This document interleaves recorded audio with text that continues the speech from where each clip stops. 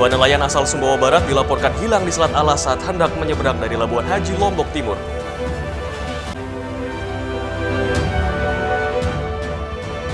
Guna mempermudah akses dalam bertani, puluhan warga dari 4 desa di Lombok Tengah buka akses jalan pertanian.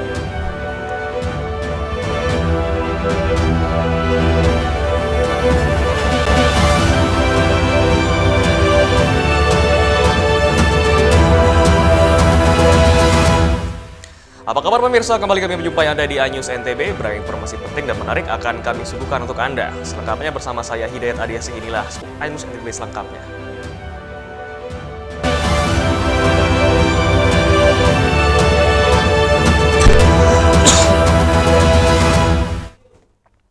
Ya, kita awali informasi pertama pemirsa. Dua nelayan asal Sumbawa Barat dilaporkan hilang di Selat Alas saat hendak menyeberang dari Labuan Haji Lombok Timur menuju Labuan Lalar, Sumbawa Barat. Dua nelayan yang dilaporkan hilang di Selat Alas bernama Zulkifli, 33 tahun, dan Agus Ervin, 36 tahun, warga desa Labuan Lalar, Kecamatan Taliwang, Sumbawa Barat. Kedua nelayan tersebut dikabarkan hilang pada hari Jumat tanggal 1 September 2023 dan diduga hanyut di perairan Selat Alas saat menyeberang dari Pulau Lombok menuju Pulau Sumbawa. Menurut pihak keluarga, dua korban hendak nyebrang dari Labuan Haji Lombok Timur menuju Labuan Lalar usai membeli peralatan sampan. Namun setelah semalam di perjalanan, kedua keluarganya tidak kunjung sampai ke kampung.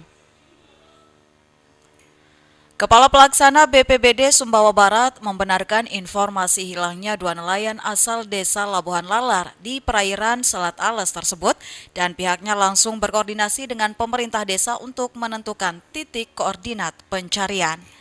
Ya, dari informasi tersebut kami dari pihak BPBD terus menyampaikan informasi, kemudian tim yang ada di BPBD kami kerahkan untuk berada di lokasi Labuan Lalar mengetahui sejauh mana keberadaan korban tersebut. Ya, masih menunggu informasi dari tim SAR di Mataram. Nah, sekarang BPBD tetap standby di lokasi masyarakat korban sampai kita akan ketemu. Saat ini petugas gabungan dari BPBD Sumbawa Barat bersama masyarakat setempat dibantu Pos SAR Kayangan sedang melakukan upaya pencarian kedua nelayan yang hilang tersebut. Dari Sumbawa Barat, Topan Iswandi, iNews melaporkan. Ya, sementara itu pemirsa, guna mempermudah akses dalam bertani, puluhan warga dari 4 desa di Lombok Tengah buka akses jalan pertanian secara swadaya.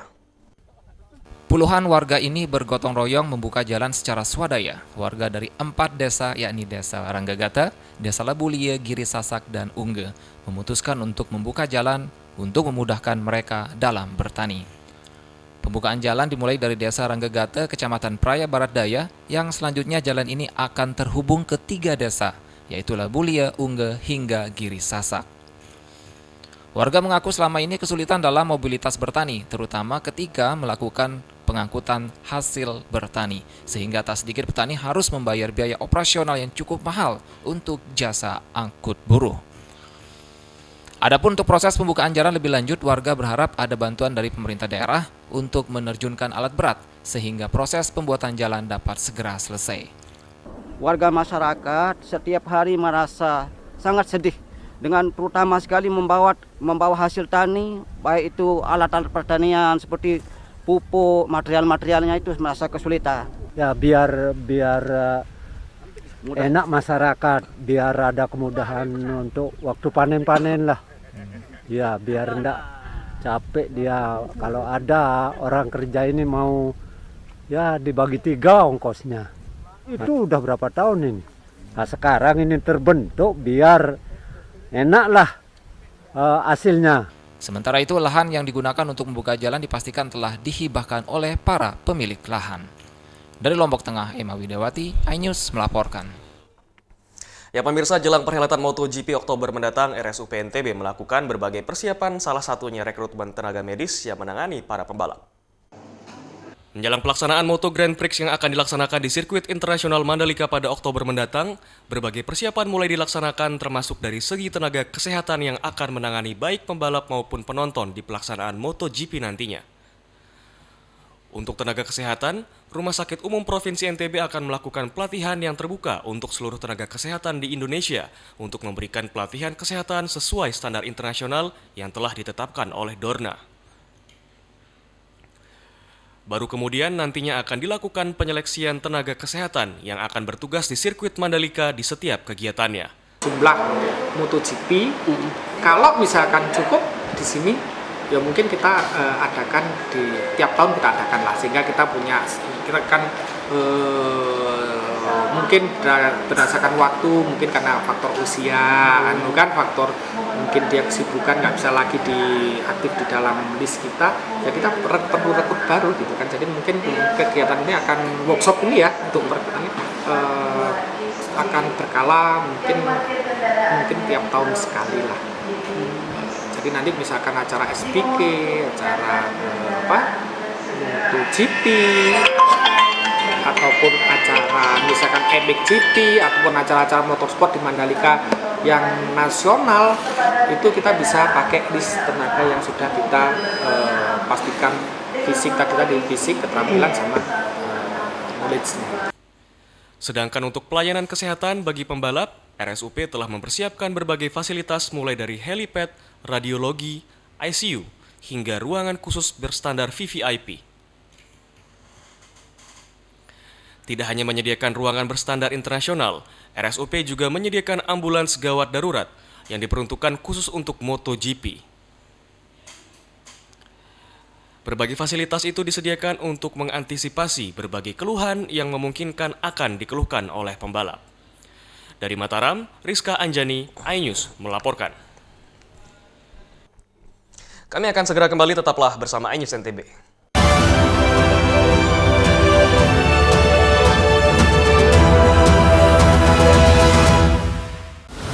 Menyoroti kecurangan. PTS ini bukan soal korupsi. Itu ditemukan, itu fakta yang ditemukan di lapangan. Menyuarakan keadilan. Melarikan diri melalui sungai. Wilayah tidak tersentuh oleh negara. Laporan mendalam dan eksklusif. Saya akan tunjukkan kepada Anda. Mario Dandi, rebutan perempuan. Gimana, Ken? AB Plus setiap minggu pukul 8 pagi di iNews. Saya Aiman Wicaksono. Saya akan mengupas tuntas malam ini. Saya mendapatkan kesempatan secara eksklusif. Bismillah, walaupun itu teman. 4 miliar dalam 1 jam itu nggak sulit. Betul. The Prime Show with Aiman setiap Rabu pukul 9 malam. Saya Prabowo Revolusi, kita berbagi cerita. Rupanya konspirasi itu ini. Oh iya. Apakah jadi capres? Kita setuju. Sebetulnya saya ini untuk menjadi presiden, saya harus siap.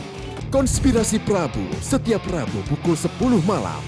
Mengupas makna dan tafsir Al-Quran bersama ulama terkemuka tanah air.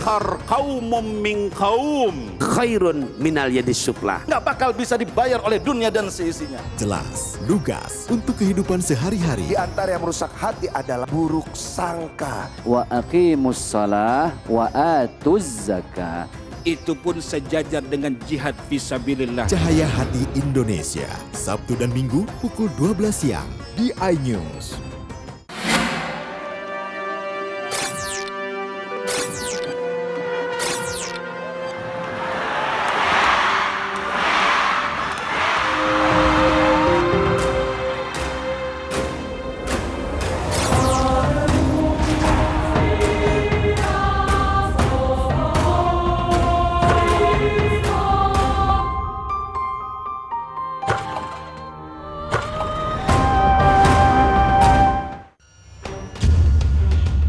Saya menerima 27 miliar. Yang menghina saya, mencaci maki saya. Hukum di negeri ini yang kalau nggak dikawal penipuan dan legal berkedok rumah kasus mega korupsi dipicu terkait masalah. Jangan bilang Anda tidak tahu, karena kami sudah memberitahukannya. iNews File, Sabtu dan Minggu, pukul 9 pagi. Selamat datang di iNews Today. Lengkapi pagi Anda dengan update informasi terkini. Apa penyebabnya? Apakah karena aspal ruas jalan ini amblas membentuk lubang? Boleh nggak sih dikasih senjata? Nggak boleh. Saya punya di bawah supervisor. Kita akan langsung bergabung bersama Giselia Nur Ahmad. Sejumlah bahan pokok mulai mengalami kenaikan. iNews Today, setiap Senin sampai Jumat pukul 10 pagi di iNews. Enak, bikin mata kita melek. Dan rasanya mantap. Temani weekendmu bersama program kuliner spesial. Kalaparan, eksplor gokil wisata kuliner. Hidden gem. Tempat makan yang jarang terekspos. Food Diary, mengupas sejarah kuliner dan viral. Ini enak banget. Saksikan kuliner spesial weekend, Sabtu dan Minggu, pukul 10 pagi di iNews. Hai, namaku Grini. Grini mau ajak teman-teman untuk menjaga bumi kita tercinta dari kerusakan.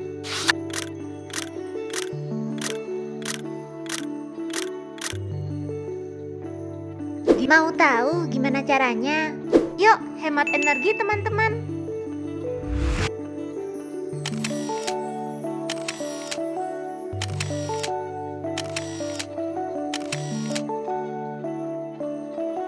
Kurangi penggunaan plastik sekali pakai. Terus mainan kita kalau udah nggak dipakai, sumbang ke teman lain yang membutuhkan. Bisa kan teman-teman? Yuk kita selamatkan bumi dari kerusakan untuk masa depan kita teman-teman.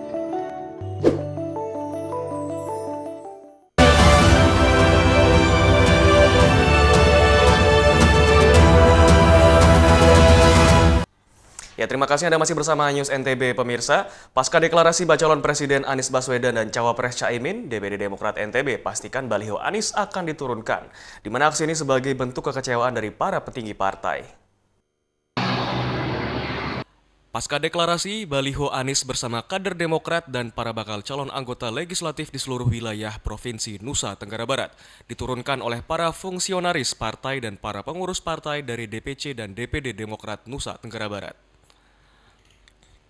Ketua DPD Partai Demokrat NTB, Indra Jaya Usman, ketika ditemui di salah satu pusat kuliner tradisional Bambu Bonjeruk, langsung merespon instruksi dari DPP Partai Demokrat untuk menurunkan semua baliho Anies yang terpasang di sejumlah titik di Nusa Tenggara Barat. Begitu ada keputusan dari Surya Paloh, rencana duet Anies Caimin, semua kader spontan bergerak turunkan baliho Anies. Terkait soal penurunan baliho ini, menjadi bentuk kekecewaan dari kader partai. Ya, soal penurunan baliho, ya saya kira begini ya, sebelum kita berbicara, karena saya berkali-kali tanya soal penurunan baliho gitu, soal framingnya hanya penurunan baliho, tapi tidak mempertanyakan apa yang terjadi di balik itu gitu loh. Jadi sebenarnya harus diketahui bahwa itu merupakan konsekuensi dari kejadian-kejadian sebelumnya ya, ada 1-2 hari yang lalu bahwa sebagaimana masyarakat Indonesia ketahui tentunya bahwa terjadi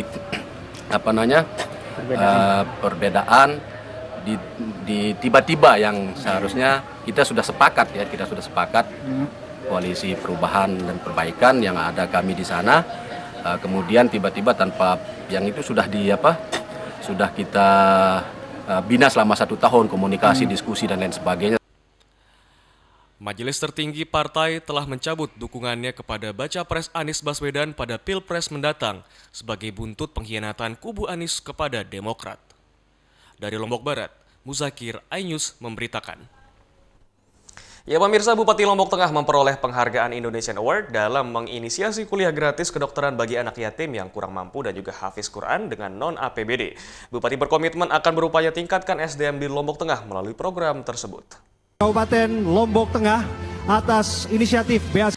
Bupati Lombok Tengah lalu Fathul Bari memperoleh penghargaan dalam Indonesian Award yang digelar iNews TV.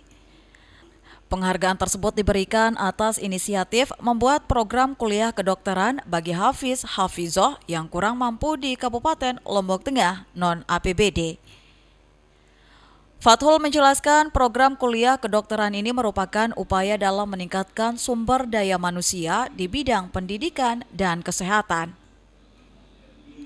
Selain itu, program kuliah kedokteran berjalan tidak terlepas dari peran semua pihak di Lombok Tengah, terutama dari sedekah ekonomi kreatif untuk program tersebut. Hal-hal yang harus ditingkatkan tentu inovasi ini harus dipertahankan.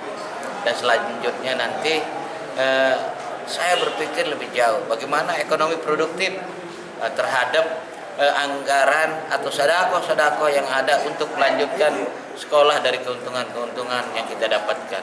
Maka ada peningkatan sumber daya manusia di bidang pendidikan dan kesehatan, lalu kemudian mengembangkan ekonomi produktif dari sedekah itu, dan akhirnya apa yang menjadi untung itu bisa kita pakai untuk menyekolahkan anak-anak yang baik. Lebih lanjut, terkait penanganan sekolah rusak, pemerintah daerah telah mengusulkan perbaikan ke kementerian agar sekolah yang butuh perbaikan dapat segera dilakukan. Selain itu, untuk tahun 2024, sejumlah sekolah rusak akan dibangun. Dari Lombok Tengah, Emma Widiawati, iNews melaporkan. Ya, sementara itu pemirsa, DPD Partai Perindo Kota Mataram gelar pemeriksaan kesehatan dan pengobatan gratis bagi warga di Kelurahan Karangbaru. Bakti sosial ini sebagai wujud komitmen Partai Perindo bersama masyarakat untuk terus menjaga kesehatan warganya. Sebagai wujud komitmen partai, DPD Partai Perindo Kota Mataram gelar pemeriksaan kesehatan dan pengobatan gratis bagi warga di Kelurahan Karangbaru, Kota Mataram. Untuk menghindari terjadinya antrian yang mengular, panitia memperlakukan kupon antrian tercatat sebanyak 250 kupon antrian diberikan kepada warga. Lagi pengecekan kesehatan dari kantor Perindo. Gimana, gratis tuh kan? Gratis, nggak dipungut biaya. Kalau kegiatan seperti ini gimana sambutan? Sangat bermanfaat gitu kan untuk lingkungan sekitar, di sini sangat bermanfaat sekali. Kasih obat apa aja? Obat lambung sama vitamin. Ini udah cek lab, yang penting ini semuanya normal ya. Dikasih apa tuh? Dikasih vitamin untuk yang kesemutan. Gimana tanggapannya dengan kegiatan seperti ini? Ya bagus sekali, ini sangat bermanfaat untuk ya terutama untuk ibu-ibu yang usia 30 tahun ke atas. Ketua DPD Partai Perindo Kota Mataram, Zammatur Rahli, menjelaskan bakti sosial ini sebagai wujud komitmen Partai Perindo bersama masyarakat untuk terus menjaga kesehatan warga.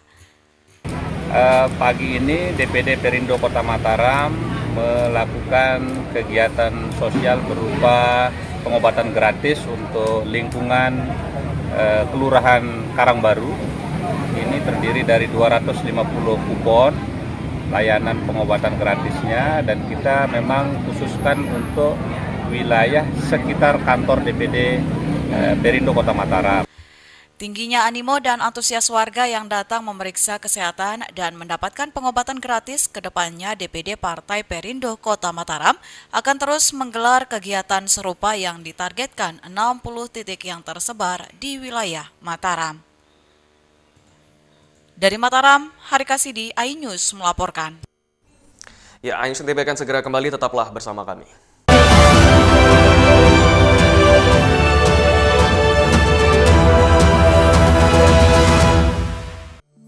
Hai, namaku Grini. Grini mau ajak teman-teman untuk menjaga bumi kita tercinta dari kerusakan.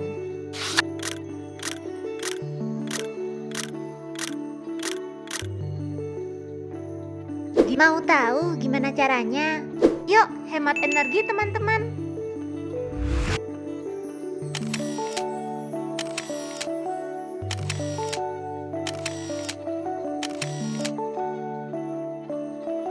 Kurangi penggunaan plastik sekali pakai.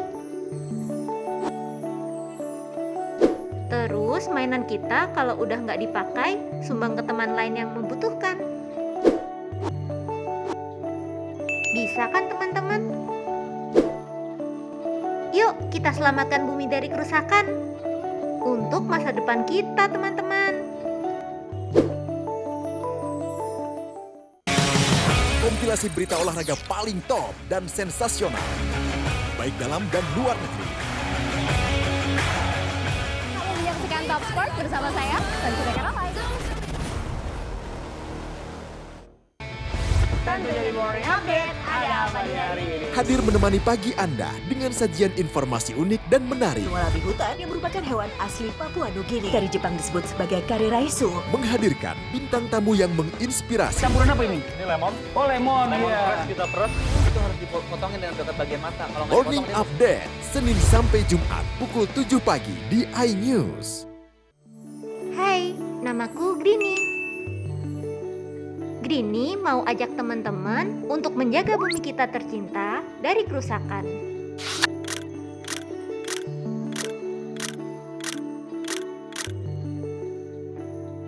Mau tahu gimana caranya? Yuk, hemat energi teman-teman.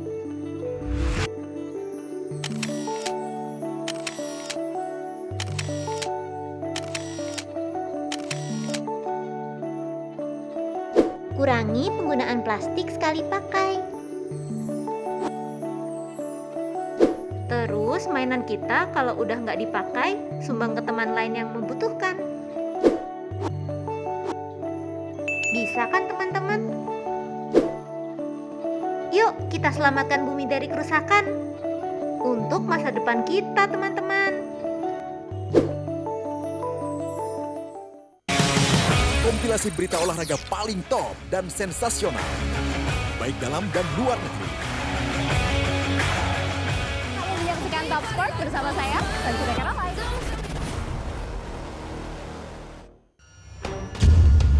Nuduhan saya menerima 27 miliar. Yang menghina saya, mencaci maki saya. Hukum di negeri ini yang kalau nggak dikawal Legal berkedok rumah kasus mega korupsi dipicu terkait masalah. Jangan bilang Anda tidak tahu, karena kami sudah memberitahukannya. iNews File, Sabtu dan Minggu, pukul 9 pagi.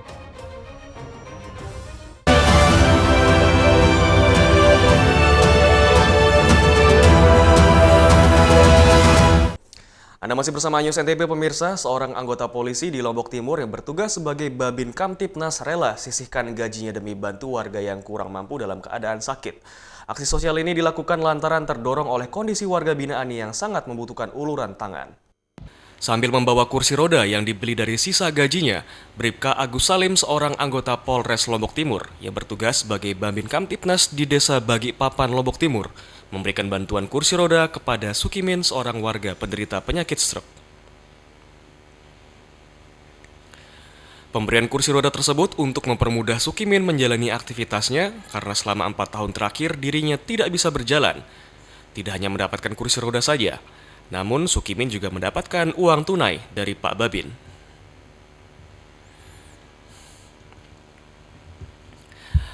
Aksi sosial ini dilakukan lantaran terdorong oleh kondisi warga yang sangat membutuhkan uluran tangan. Sejak bertugas sebagai Babin Kamtipnas, dirinya tahu betul kondisi ekonomi warga binaannya.